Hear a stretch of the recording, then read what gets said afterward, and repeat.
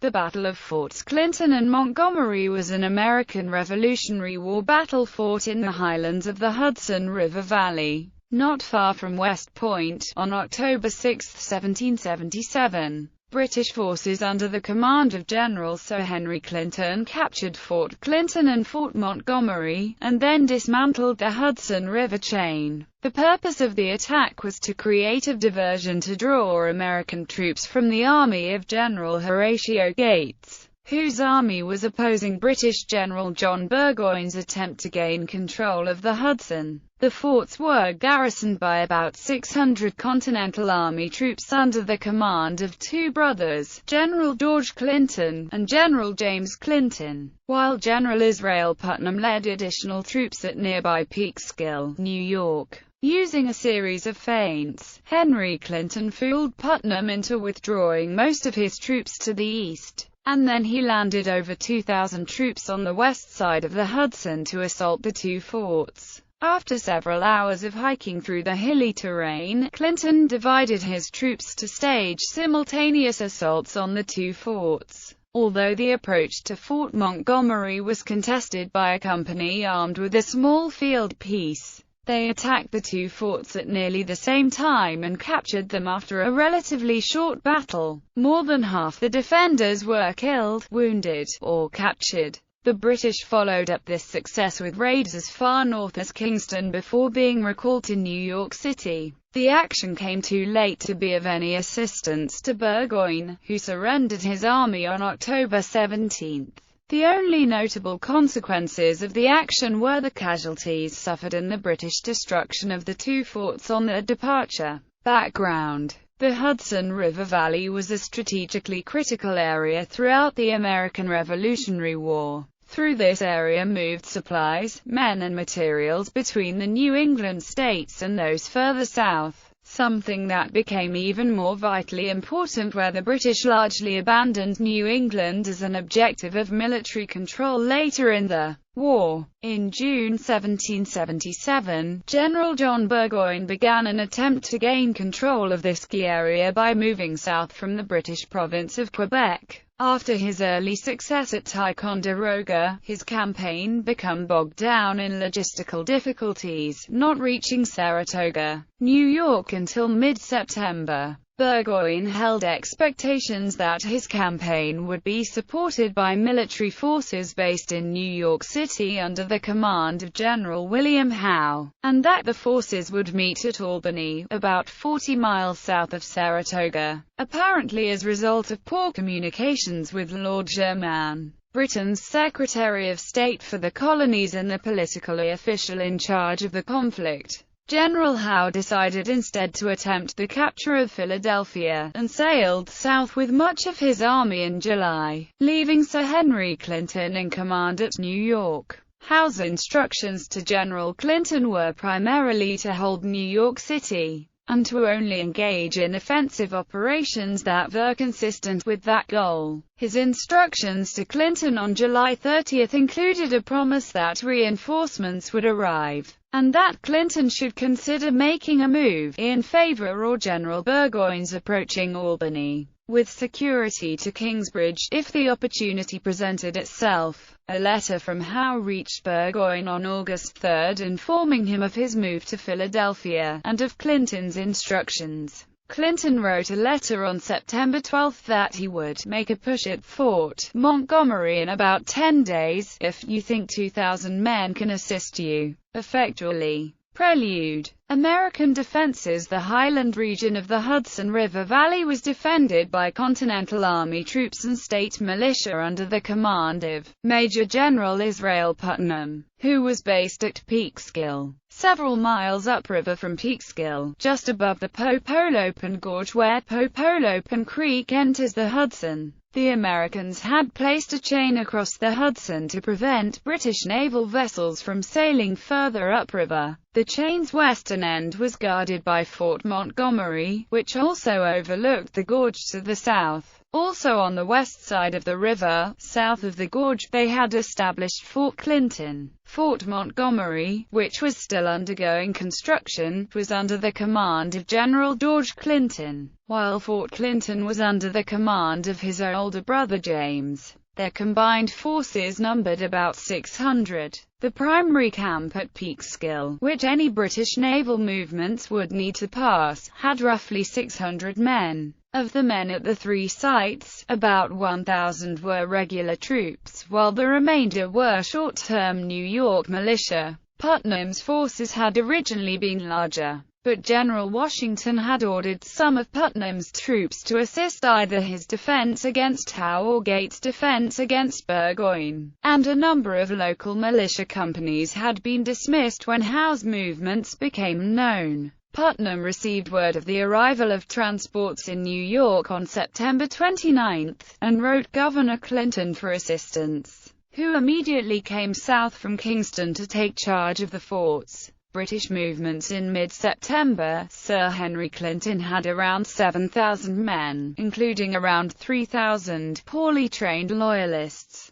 to defend New York City. His letter to Burgoyne had been predicated on the expectation that the expected reinforcements would arrive in time for him to make a move up the Hudson within 10 days. On September 29, he received a letter from Burgoyne in response to his that was a direct plea for action.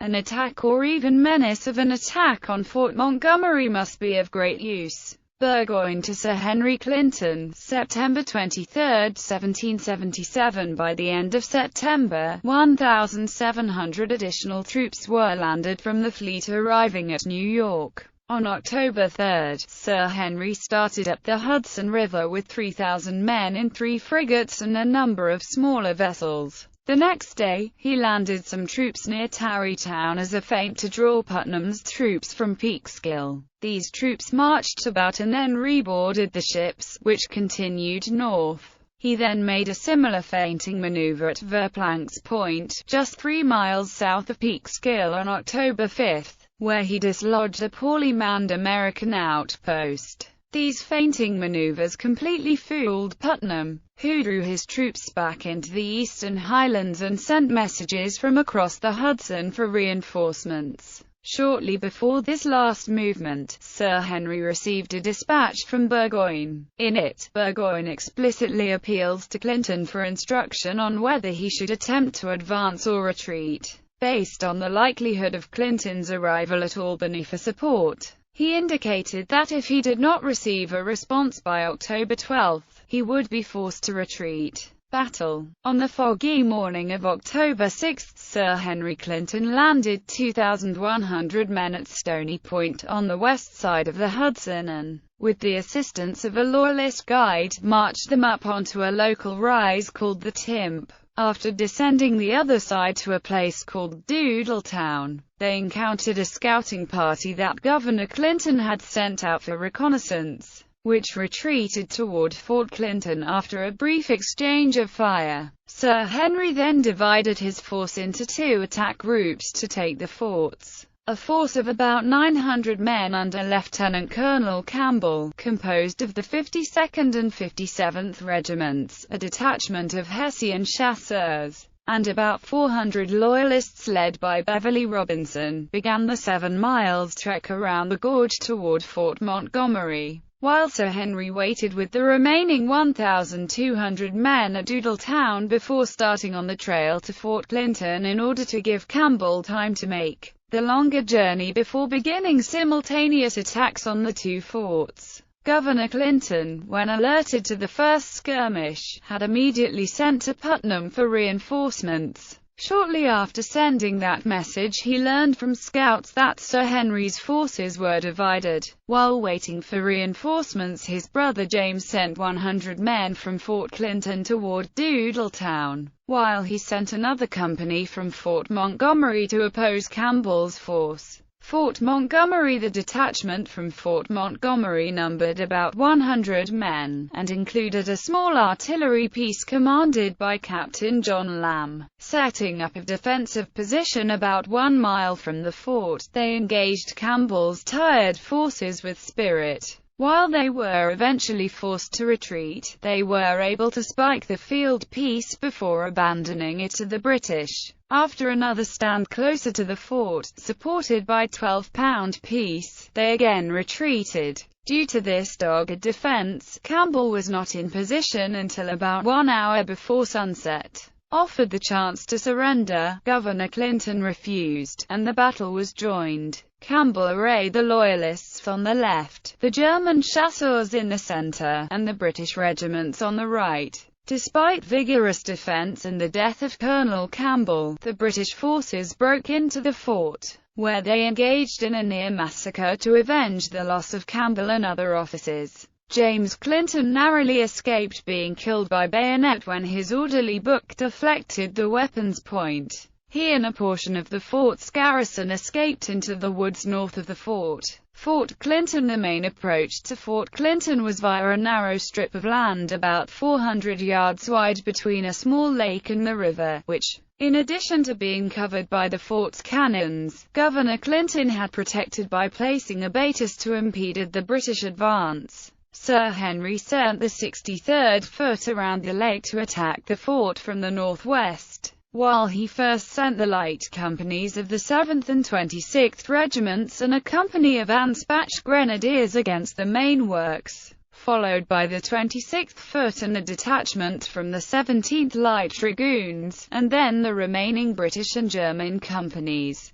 As at Fort Montgomery, the defenders were eventually overwhelmed. Those that surrendered, however, were not subjected to some of the savagery that took place to the north. A number of the garrison, including General Clinton, escaped by scrambling down the embankment to the river, where gunboats took them to safety across the river. Aftermath. Casualties. The British casualties were 41 killed and 142 wounded. The Americans had 26 officers and 237 enlisted men captured and about 75 killed and wounded apart from wounded prisoners, most of them from the garrison of Fort Clinton. The Americans were also forced to destroy a number of boats in the area, as unfavorable winds prevented them from escaping upriver. The next day Sir Henry sent a small detachment to Fort Constitution, a small outpost opposite West Point, and demanded its surrender. The lightly manned garrison at first refused, but it retreated on October 8 in the face of a larger attack force.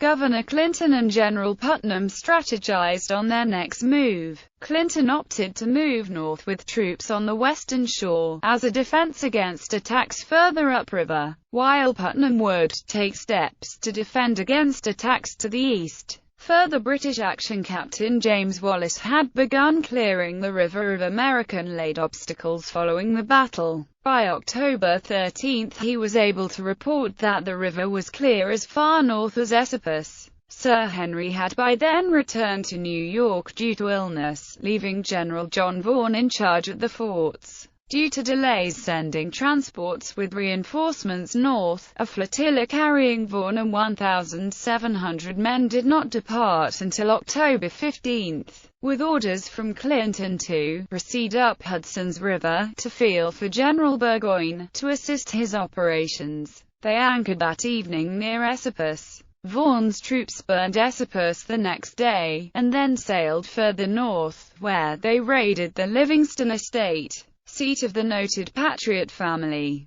The fleet was pursued by Putnam on the eastern shore. Putnam's forces, which had grown considerably due to the arrival of militia companies from Connecticut, posed a significant enough threat to Vaughan that he then withdrew back to the boats. On October 17, Sir Henry received a request for 3,000 men from General Howe to support the occupation of Philadelphia, as the New York garrison was already thinned by the operation on the Hudson. Clinton recalled Vaughan and the garrison holding the two forts. The forts were destroyed and the troops evacuated on October 26. Legacy. The site of Fort Clinton was largely demolished to make way for U.S. Route 9W and the Bear Mountain Bridge, which was completed in 1924. What remains is preserved within the bounds of Bear Mountain State Park, which also includes the ghost town of Doodletown. Fort Montgomery is a National Historic Landmark, a designation it received in 1972,